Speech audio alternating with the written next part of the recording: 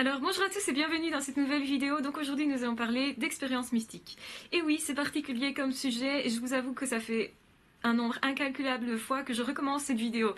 Et oui, c'est compliqué aussi pour moi d'en parler parce que effectivement, quand on est zèbre, on se pose toute une série de questions métaphysiques, d'où on vient, où on va, pourquoi on est là sur Terre, qu'est-ce qu'il y a après, qui a créé ce monde, etc., etc., pourquoi le ciel est comme ça, etc. Enfin, tellement de questions que qui ne trouvent en fait pas d'écho chez les autres, chez les normaux-pensants, qui nous disent sincèrement, c'est pas possible que tu penses à toute une série de choses comme ça, forcément c'est que tu déprimes, forcément c'est que tu vas pas bien, et effectivement, pour la plupart des normaux-pensants, quand ils commencent à se poser de telles questions, c'est que généralement ils remettent en question une partie de leur vie, et que effectivement, il y a quelque chose de l'ordre de la dépression, et qu'il y a effectivement quelque chose du remaniement de sa vie, de ses valeurs, etc. Quand le zèbre se pose ce type de questions, c'est pas du tout la même chose, ça fait partie intégrante de sa personnalité, toute sa vie il s'est posé ce type de questions. Du coup, forcément, il va se poser tôt ou tard le type de questions que l'on attend, c'est-à-dire, qui fait partie de ce sujet, c'est-à-dire et alors, que penser des expériences spirituelles? En avez-vous? En avez-vous pas? Comment les interpréter si vous en avez? Comment on vit ça personnellement dans sa vie chacun? Est-ce que chacun garde ça pour soi parce que nous sommes dans un monde super matérialiste, un monde super médical, dans lequel tout doit être mesuré, analysé, disséqué et reproductible à souhait, ce qui n'est pas le cas du tout des expériences mystiques. Du coup, on a tendance à dire, celui-là il est bizarre, s'il vit des expériences mystiques, c'est qu'il est forcément complètement hors du monde, que c'est un petit malin qui essaye de se faire passer pour un intéressant, et évidemment on a tendance à lui dire rentre chez toi grand, on n'a pas besoin de tes histoires. C'est effectivement la plupart des réactions quand on vient avec ce type d'expérience. Ce qui a comme impact quoi, c'est que quand on les vit, on se sent assez démuni. On se dit mais c'est pas possible, comme je vis ça, mis à part me réfugier dans les bouquins qui vont effectivement être un univers dans lequel on va enfin en parler. Mais si moi j'en parle comme ça à quelqu'un, souvent je vais pas trouver une oreille attentive, ou je risque de passer pour un fou, ou quelqu'un qui perd la boule, voilà, qui peut être tellement égocentrique qu'il veut que tout tourne autour de sa personne par des histoires inventées, etc. Donc du coup, vous passez pour un hurluberlu, quelqu'un qui on ne sait pas trop bien ce que vous devenez en fait, et on se pose la question de votre santé mentale très certainement. Et forcément, quand vous êtes psy, vous avez forcément des confidences de ce type, vous avez forcément des personnes qui vous demandent mais que pensez-vous de ça? Et effectivement, quand on est aussi sur YouTube, on a évidemment des personnes qui vont expliquer leur expérience et ce que moi j'en pense personnellement. Alors évidemment, c'est quelque chose qui est très personnel. Je pense que tout ce qui est de l'ordre des croyances, du religieux éventuellement, de la spiritualité, pour moi englobe le religieux, qui est plus vaste que ça. Ce sont des questions effectivement qui sont très personnelles. Et effectivement, beaucoup de zèbres en parlent. Beaucoup de zèbres ont vécu des expériences qui sont difficilement explicables scientifiquement. Et c'est bien pour ça qu'ils se posent des questions là-dessus. Et pourquoi pas au fond, puisque de toute façon un zèbre se pose des questions sur tout et surtout sur l'essentiel. Alors peut-être que justement c'est revenir à l'essentiel que de parler de spiritualité, mais c'est vrai que aussi on le sait que même déjà quelqu'un qui est psychologue est déjà un peu un mouton noir dans le décor par rapport à tous ces spécialistes qui vous mesurent, qui quantifient tout, qui sont donc plutôt médecins et qui vont être plutôt très carrés. Alors il y a des médecins qui sont pas du tout carrés, faites pas dire ce que j'ai pas dit. Il y a des médecins qui sont très ouverts à plein de choses, mais effectivement quand on vit des expériences aux frontières de la mort, quand on est face à des apparitions, face à des choses qu'on ne sait pas interpréter autrement en tout cas que d'un point de vue mystique, eh bien forcément on peut se poser la question, est-ce que je suis le seul à vivre ça, ou au contraire est-ce qu'il y a d'autres zèbres qui peuvent vivre ça? Alors évidemment je pense pas que ça concerne tous les zèbres, j'arriverai à parler. Donc je ne pense pas que ça concerne tous les zèbres, je pense simplement qu'effectivement pour beaucoup de personnes qui sont plus sensibles, donc dit hypersensibles, il y a une possibilité plus grande de vivre ce genre de choses, peut-être parce qu'on détecte plus dans l'univers ou dans l'environnement quelque chose qui serait d'un autre ordre, qui est un signe éventuel d'un autre monde.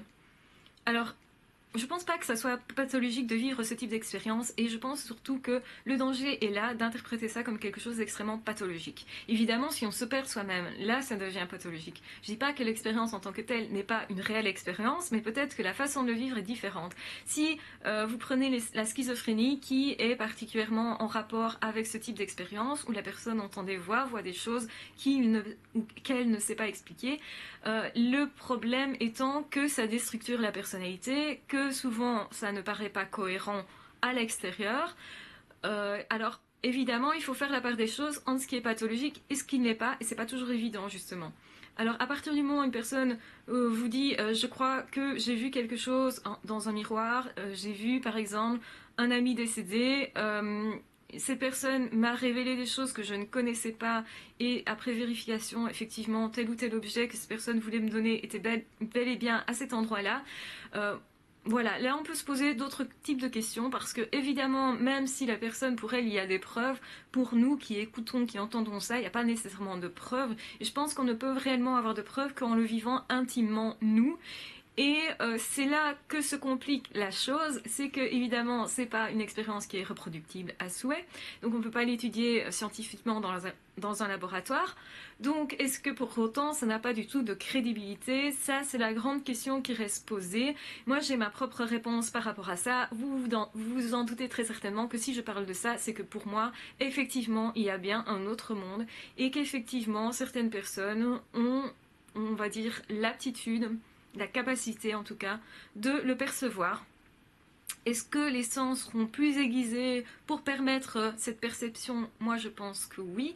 Je pense que l'hypersensible est du coup prédisposé plus à vivre ce type d'expérience et que ça peut se reproduire plusieurs fois dans la vie de la personne, voire de nombreuses fois, et que c'est quelque chose, un monde peut-être aussi à découvrir et qui peut aussi stimuler le zèbre, qui peut l'amener à découvrir quelque chose de nouveau, qui est aussi super passionnant. Ça peut devenir une de ses passions aussi.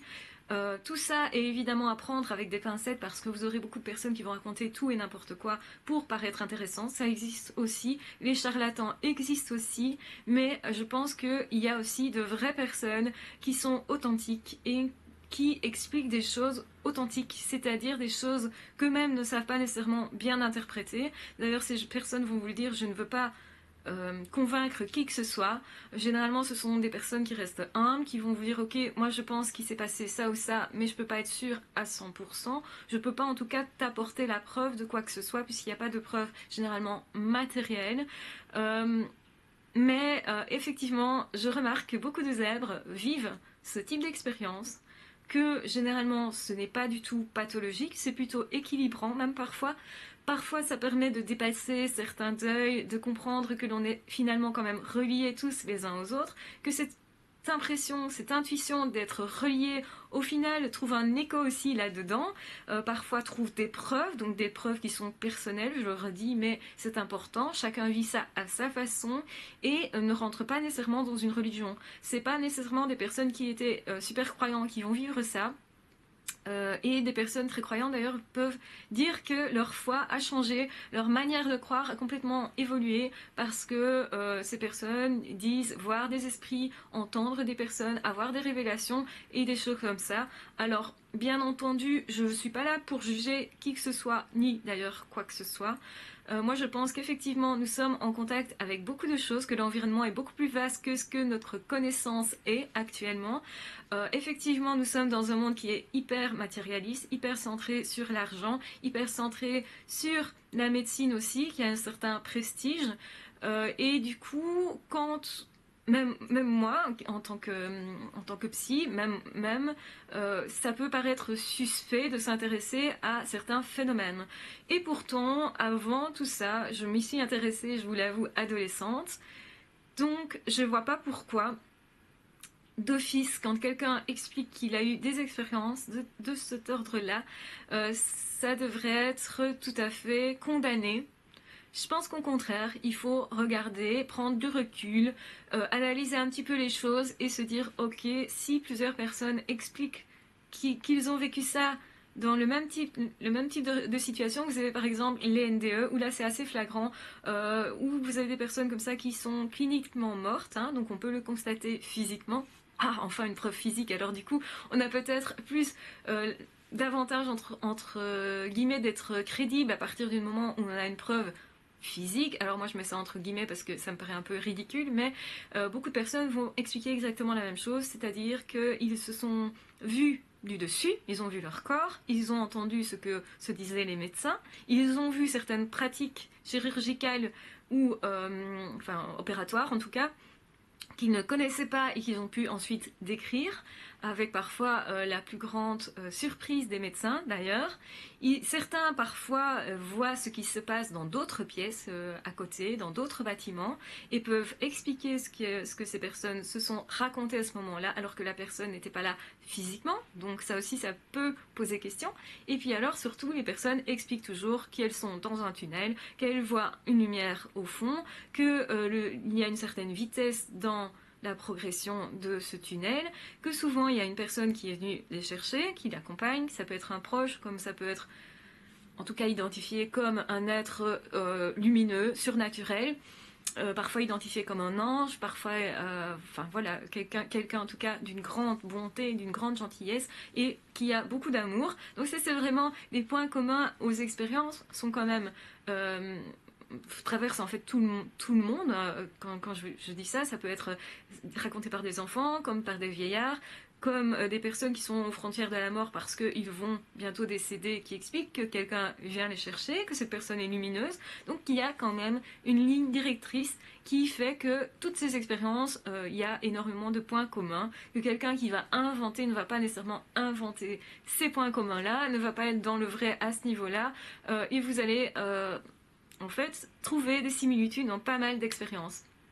Donc voilà, maintenant on en pense évidemment ce qu'on veut, mais à partir du moment où il y a toute une série de similitudes, ça peut aussi vouloir dire qu'il y a effectivement un autre monde et que celui qui pense être en contact avec cet autre monde n'est pas plus fou qu'un autre, bien au contraire, serait peut-être plus ouvert d'esprit, serait peut-être plus aurait une sensibilité particulière, une perception particulière. Ce serait le cas pour moi des médiums.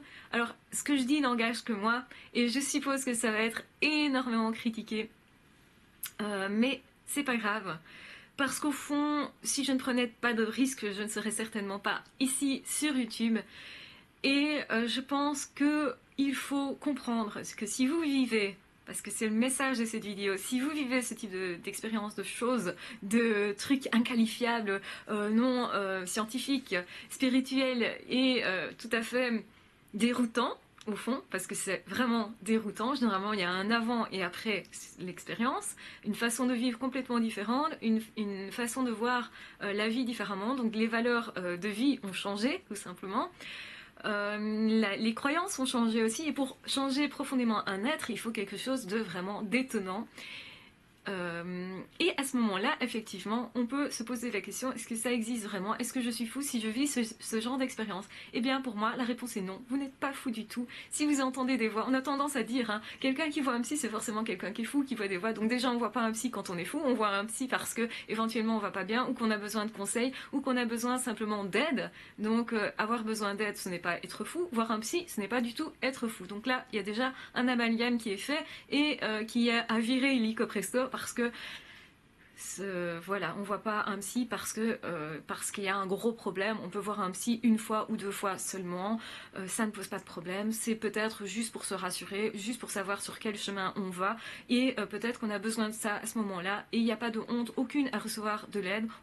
On va bien voir un médecin parce que notre santé est pas tip top à ce moment-là. On peut aussi aller voir un psy parce que au niveau bien-être, c'est pas tip top non plus. Et il faut arrêter de dire qu'on voit un psy que quand on va mal, que quand on est en dépression sévère. Au contraire, si chacun faisait la démarche d'aller voir un psy peut-être quand ça va pas trop bien, mais que ça va pas non plus extrêmement mal, eh bien on arrêterait en cours de transition, je vais dire, on irait pas aussi loin que les maladies mentales peut-être, que les décompensations psychotiques, que justement les gros soucis psychiatriques. si justement on prenait soin de sa santé mentale tous les jours comme de sa santé physique. À ce moment-là, je pense que c'est une garantie pour être bien dans sa peau.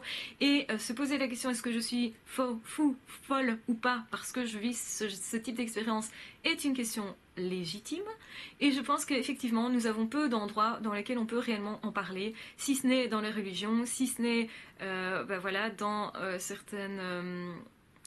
une certaine comment dire, quelque chose qui est déjà rigide aussi en soi, alors que parfois vous avez besoin d'une oreille attentive. Et je pense que l'important est de se dire que non, vous n'êtes pas fou, parce que vous n'êtes pas seul. Si vous êtes zèbre, si vous êtes hypersensible et que vous vivez ce type de choses, vous n'êtes simplement pas seul à avoir vécu ça. Et il n'y a pas plus de questions à se poser, se dire voilà, c'est une expérience que j'ai vécue, certes elle n'est pas comme une autre, mais c'est une expérience qui fait partie de la vie. À vous de la décoder comme vous voulez la décoder, de l'analyser comme vous voulez l'analyser. Personne n'a vraiment de réponse à ce type d'expérience, je pense. On a ses propres réponses, bien entendu, mais on ne peut pas dire à l'autre moi je suis persuadée que c'est comme ça ou que c'est comme ça, même si nous on peut l'être tout à fait persuadé, mais on peut pas demander à l'autre d'en être convaincu juste par notre discours. Je pense que ce n'est pas quelque chose de l'ordre du discours, c'est quelque chose de l'ordre de l'expérience. Beaucoup de religions, je pense, se sont fondées sur de ce type d'expérience qu'ils ont essayé d'analyser, d'interpréter, etc. et de décortiquer. Mais je pense que le vivre intensément, profondément au fond de soi, c'est sincèrement différent que d'entendre parler de ce type d'expérience ou d'une religion quelconque d'ailleurs. Je pense qu'effectivement, le zèbre, l'hypersensible, a en tout cas une porte ouverte possible sur cet autre monde qui n'est pas du tout de l'ordre de la folie. Voilà. Donc l'important c'est que vous viviez ça bien, que ça ne vous déstructure pas, que votre personnalité ne soit pas déconstruite par ça, c'est ça que je veux dire. Que même si c'est quelque chose d'assez surprenant, vous pouvez quand même reprendre facilement le cours normal de votre vie et peut-être éventuellement faire quelque chose de positif. Donc dans ce cas-là, ça aurait grandi votre vie et ça vous a permis peut-être éventuellement de passer à une autre étape, ce qui est parfois le cas, enfin souvent même je dirais le cas, parce que ça peut changer profondément et dans le bon sens, c'est-à-dire pouvoir avoir envie justement de vivre plus, d'être plus ouvert éventuellement au monde, aux autres, aux opportunités, aux nouveaux boulots, etc. Donc pour moi, ça c'est plutôt constructif. Donc entendre des voix, c'est pas toujours être fou. Et ça, je pense que c'est important. Avoir vécu des expériences paradoxales, qui n'est pas commune à ce que les autres vivent. Et parfois, peut-être que si, justement. Parce que peut-être que les autres le cachent, cette expérience-là. Parce qu'ils savent justement que ça va être pas très socialement accepté.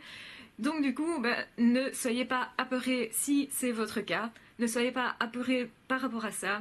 En tout cas, je vous souhaite de trouver un équilibre aussi par rapport à ça, parce que c'est important pour le bien-être et je pense que c'était important d'en parler.